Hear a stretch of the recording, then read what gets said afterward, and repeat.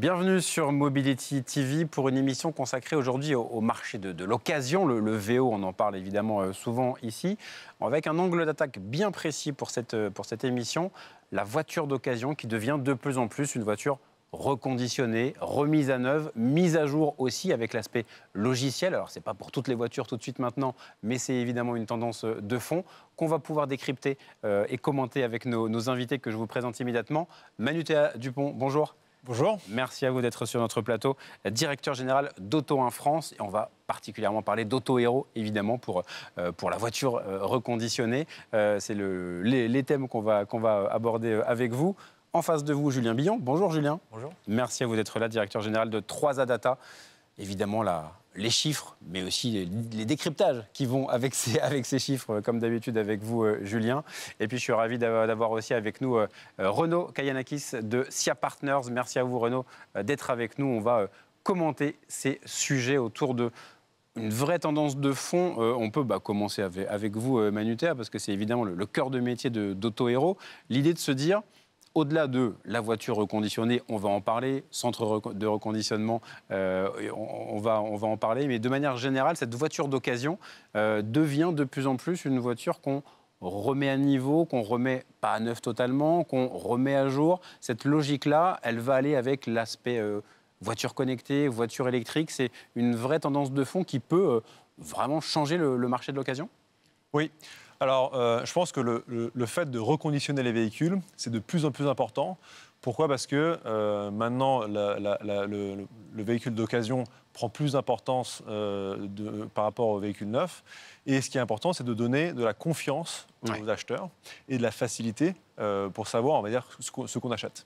Alors, c'est exactement ce que nous, on essaie de faire chez Auto Héros, non seulement en reconditionnant, mais aussi en mettant cette offre en ligne, en permettant à des acheteurs de pouvoir directement avoir la facilité de pouvoir acheter un stock reconditionné directement. Ce qui est important derrière, c'est encore une fois savoir qu'on peut acheter un véhicule d'occasion, mais aussi avoir une garantie. On peut savoir exactement ce qui a été fait en termes de travail et on peut avoir la confiance d'une marque qui vous dit que justement tout a été fait en termes de mécanique, mais aussi en termes d'esthétique.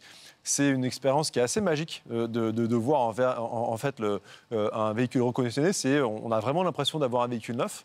Il y a encore certaines imperfections qui restent avec l'âge, mais c'est quelque chose qui vraiment redonne vie à un véhicule. Évidemment, c'est un thème important dans tout ce qui est économie circulaire. Évidemment, on pourra évidemment détailler ces différents aspects. D'un point de vue global d'évolution du marché, Renaud Kayanakis, sur justement cette vraie lame de fond, il n'y a pas juste la voiture reconditionnée quasi neuve et les très très vieilles voitures. Ça existe évidemment, on le verra dans les chiffres avec Julien Billon, mais il y a vraiment cette logique de voiture d'occasion qui va peut-être avoir plusieurs propriétaires, qui va peut-être changer de main tous les 2, 3, 4 ans, quand avant c'était tous les 6, 7, 8 ans, ou peut-être même ne jamais changer et qu'on gardait très longtemps. Cette logique-là, elle passe par quoi selon vous ? C'est l'aspect connectivité, c'est l'électrification. Qu'est-ce qui change vraiment la donne ? Alors, le premier élément qui change vraiment la donne, c'est qu'aujourd'hui, on n'est plus propriétaire de son véhicule dans plus de 50% des cas. Ouais. On est en location longue durée, on est en LOA. Donc aujourd'hui, je n'achète plus un véhicule, y compris un véhicule neuf, j'achète un service. Et donc, le recyclage, le reconditionnement de véhicules d'occasion rentre un peu dans cette logique de j'achète un service, un peu comme on a dans les télécoms. Je suis abonné à un service et peu importe que le véhicule ait 1 an, 2 ans, 10 ans, moi, ce que j'achète pour 50 € par mois, c'est le droit de circuler en région parisienne, ou pour 200 € par mois, c'est le fait de pouvoir traverser la France régulièrement avec mon véhicule. Donc, j'ai cette logique-là qui est un premier élément. Le deuxième élément, c'est que sur le marché de l'occasion, on n'a pas cette location longue durée. Donc, je fais recours au... Et là aussi, on a de plus en plus recours au crédit pour du véhicule d'occasion et on est tous dans des tendances à avoir des budgets réduits. Donc, le véhicule reconditionné mis à disposition sous format de leasing est assez attractif. Et puis, il y a la tendance naturelle de se dire qu'un véhicule, c'est fait pour potentiellement vivre 10, 15 ans s'il est reconditionné, remis à neuf, si j'ai upgradé les systèmes d'information et l'électronique embarquée. Et donc, du coup, ce qui laisse présager un bel avenir sur ce marché-là. Oui, effectivement, on parlera de l'aspect logiciel qui fait partie évidemment de l'équation, clairement. Julien Billon, pareil, sur cet aspect général, voilà, il y a un vrai changement. Ça se fait de manière presque naturelle, mais en préparant l'émission, en réfléchissant, on se dit, voilà, on est presque en train d'inventer un nouveau terme. Pourquoi pas le VR, la voiture reconditionnée, remise à jour? Je pense qu'il y a des choses importantes qui ont été dites là. En fait, le service accompagne les clients. Ouais. Clairement, on a un marché qui a vraiment changé en fait, et il y a eu un coup de projecteur en fait avec la période Covid.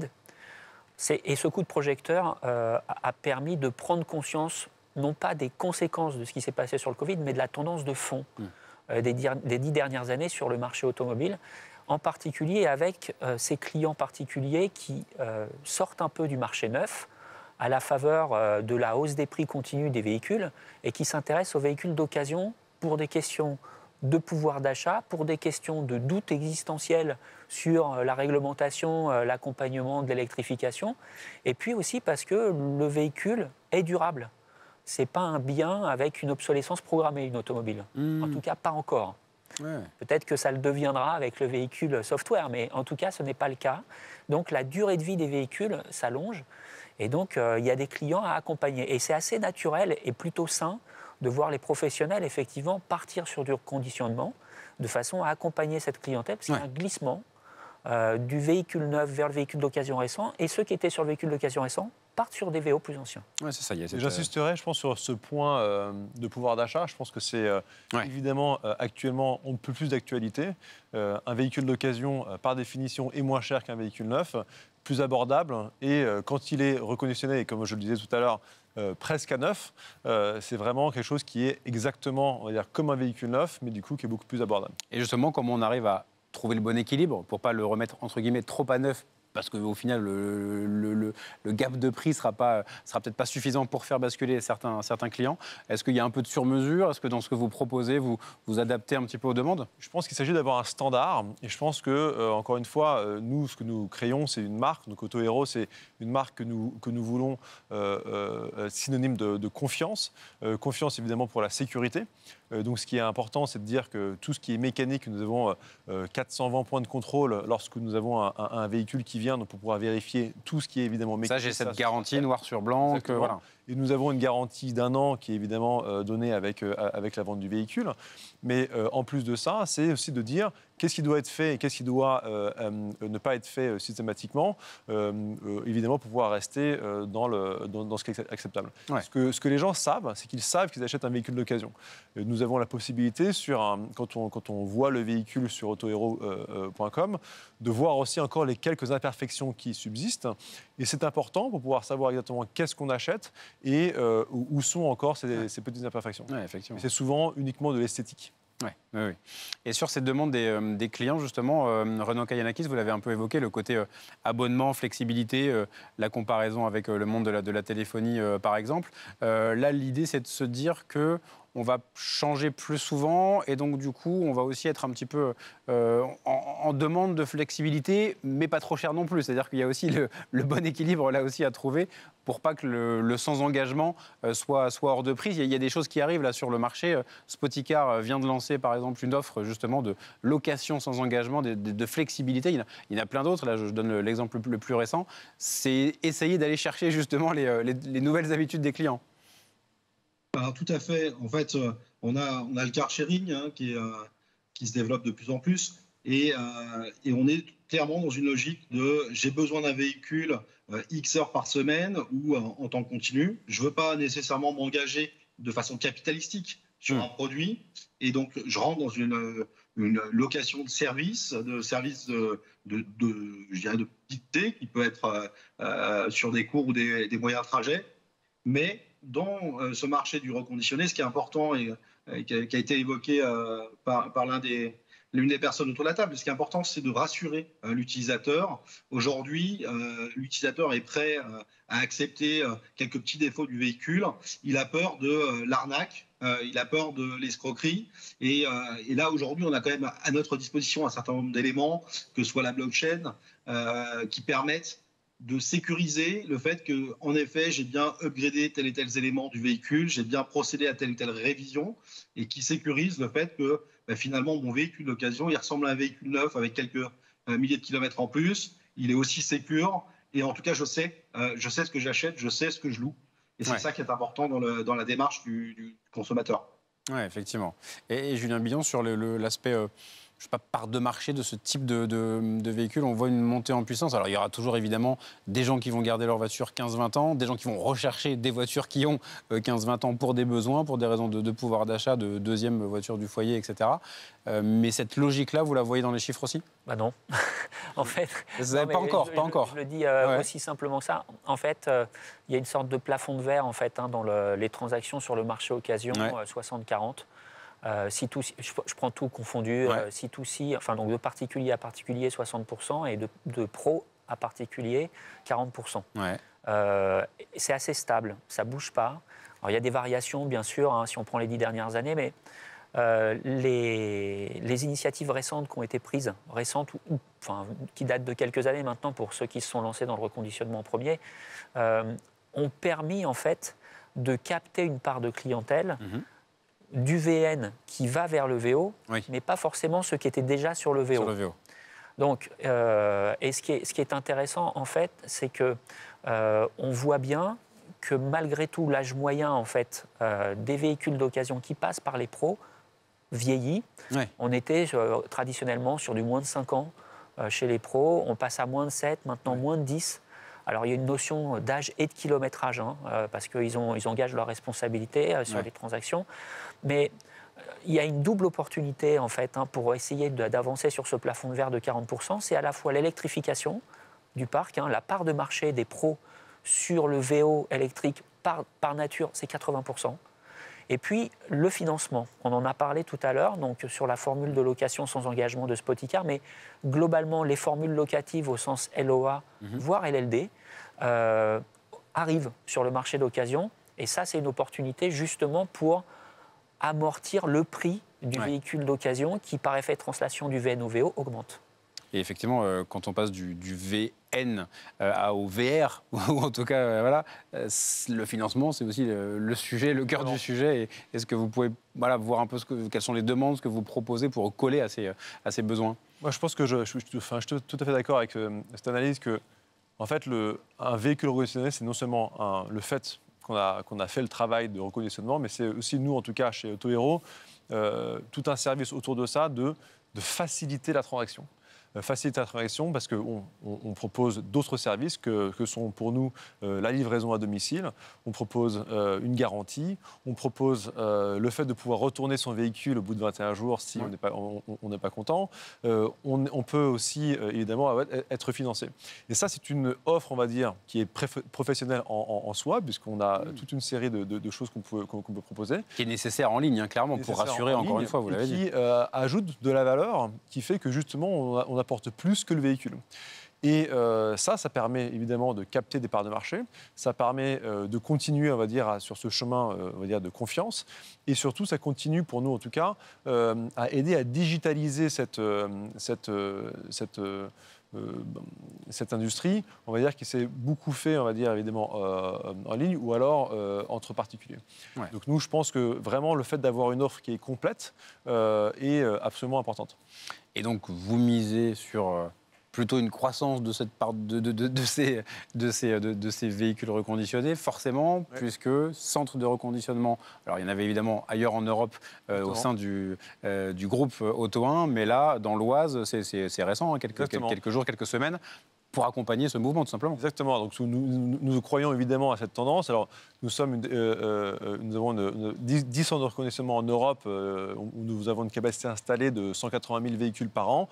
Et là, nous venons ouvrir dans l'Oise, à Montataire, un centre de reconditionnement qui a une capacité de 25 000 véhicules par an.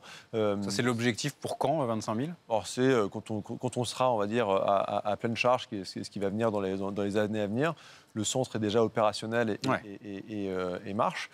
Et ce qui est important, c'est qu'évidemment, ce sont des investissements qui sont importants. Ce sont aussi des investissements qui sont très intéressants puisqu'ils créent de l'emploi sur une filière qui est une filière industrielle.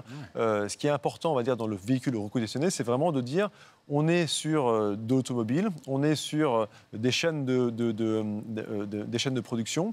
Il faut être efficace, il faut faire les choses bien avec évidemment beaucoup de qualité. Et c'est pour cela qu'il faut des sites qui sont importants, avec des investissements importants et des impacts sur l'emploi qui sont importants aussi.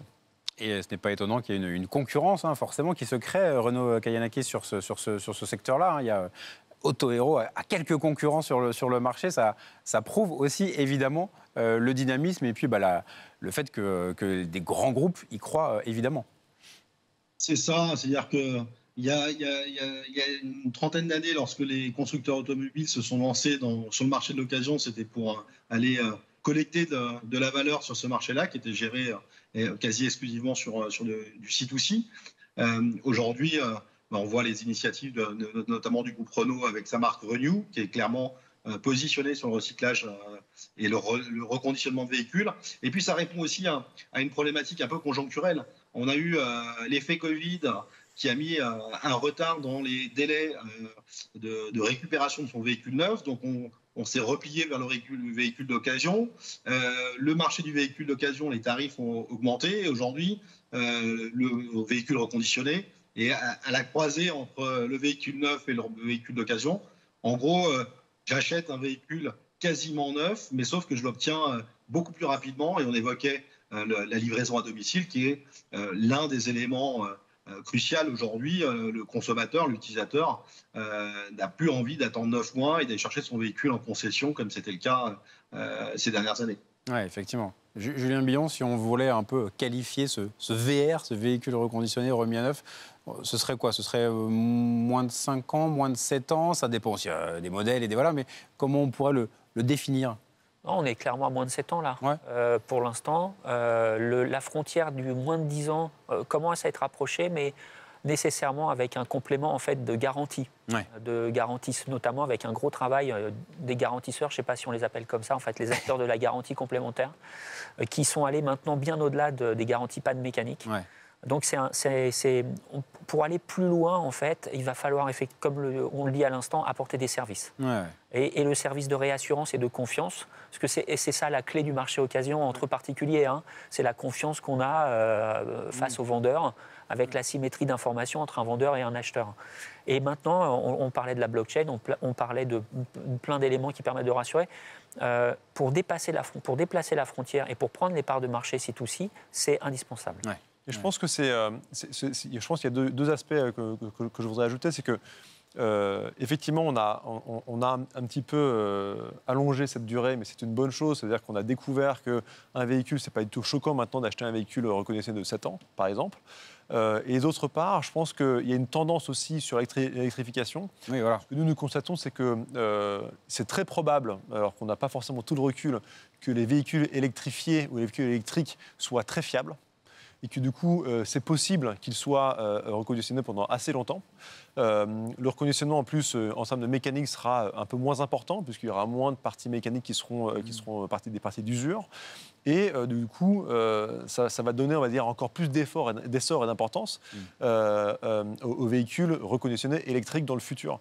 Surtout que, évidemment, un véhicule électrique neuf est très cher. Et du coup, un véhicule reconditionné électrique sera encore plus intéressant en termes de delta. Effectivement, c'est la grande tendance de fond inéluctable, Renaud Kayanakis, avec malgré tout quelques interrogations sur l'état de la batterie, sur même si le logiciel pourra permettre de se dire que, effectivement, on a une voiture mise à jour avec des services vraiment extrêmement récents, mais il y aura aussi quelques freins à lever et on pense pas mal à la batterie, effectivement. On aura peut-être les réponses, mais ça fera partie des questions, quoi. En effet, il y a ce frein sur la batterie, mais comme ce qui vient d'être dit, aujourd'hui, le reconditionnement, il va concerner de plus en plus des éléments de type électronique, des composants du véhicule. Et je prenais l'exemple de la téléphonie. On va se retrouver prochainement dans un marché assez similaire. Lorsque l'iPhone 15 sort, je peux utiliser mon iPhone 12 en faisant un upgrade de mon iOS. Et le modèle de reconditionnement du véhicule, ça va être ça, c'est-à-dire que j'utilise j'achète un Mégane Scénic de 2020, alors d'être en 2025, et on me donne les fonctionnalités, les services mis à jour équivalent 2025. Donc, il restera les sujets de reconditionnement de la partie mécanique, mais qui de plus en plus vont être, je dirais, fiabilisés pour un usage sur 10 ans, 15 ans, et d'autant plus sur le véhicule électrique. Oui, effectivement. Mais je pense que c'est un point très important, cet aspect de la batterie, puisque moi, j'en parle souvent. Il y a un peu une image qui colle un petit peu à la peau d'une batterie à travers le parallèle avec la téléphonie. C'est qu'on imagine qu'au bout de 3 ans, une batterie, on va dire, n'est plus du tout utilisable. Je pense que sur le cas d'un véhicule électrique, c'est pas du tout le cas. Et en plus de ça, on ne parle pas des mêmes batteries, on parle des batteries qui peuvent elles-mêmes être réparées. Oui. Et donc, du coup, je pense qu'il y a derrière cela, on va dire, beaucoup plus de longévité qu'on imagine. Et en réalité, quand on fait les tests de batterie sur des véhicules électriques, on se rend compte qu'ils sont en très bon état et qu'on a encore énormément, on va dire, des caractéristiques initiales qui sont encore conservées. Donc, je pense qu'il faut aussi avoir en tête que bon, c'est intéressant d'avoir, on va dire, le parallélisme avec la téléphonie, mais parfois, c'est un petit peu trompeur parce que c'est pas du tout la même type de batterie. Oui, bien sûr, effectivement. Et puis, faut pas les charger pareil non plus, hein, les voitures et les téléphones. C'est très important. Ouais. Mais effectivement, parce qu'on annonce là, des batteries potentiellement à 300 000 km, effectivement, avec des vraies logiques. Petit mot de la fin, Julien Billon, sur l'électrification justement du VO. Ça va prendre forcément du temps. Qu'est-ce qu'on observe là, fin 2023 C'est le début, puisqu'en fait, on est sur les cycles de possession usuelle ou de location usuelle, 36-48 mois. Donc on commence à avoir arrivé sur le marché de l'occasion maintenant. C'est essentiellement les Zoé qui ont été immatriculés il y a quelques années en arrière. Donc oui, ça va suivre la croissance du marché neuf, par effet de translation, de renouvellement du parc. Le sujet, ça sera quand même le prix de ces véhicules électriques sur le marché occasion, avec un prix moyen aujourd'hui. Alors les gammes ne sont pas complètes sur le véhicule neuf, donc le prix moyen du VE va baisser avec l'arrivée sur le marché neuf de véhicules dans les gammes, dans les segments A et B, qui ne sont pas encore complètes, surtout le segment B. Donc on va avoir une baisse du prix. Néanmoins, se posera la question de savoir du prix de ce VE. Là, on est à... c'est quand même important de dire, on a quand même 93% du parc automobile actuel qui est quand même en thermique 1. Bien sûr. Donc, le sujet du VE sur le renouvellement du parc, bien sûr, ça va accélérer à la faveur du 2035 zéro émission, mais il va falloir quand même qu'il y ait les clients derrière. Effectivement. Et si on veut faire un rendez-vous, un teasing, ce sera un rendez-vous en 2030 pour savoir combien coûte la Zoé qui vient d'être annoncée par... la Twingo, pardon, qui vient d'être annoncée par Renault, qui arrivera sur le marché en 2026, si tout va bien, s'ils tiennent le challenge de réussir ça en 2 ans.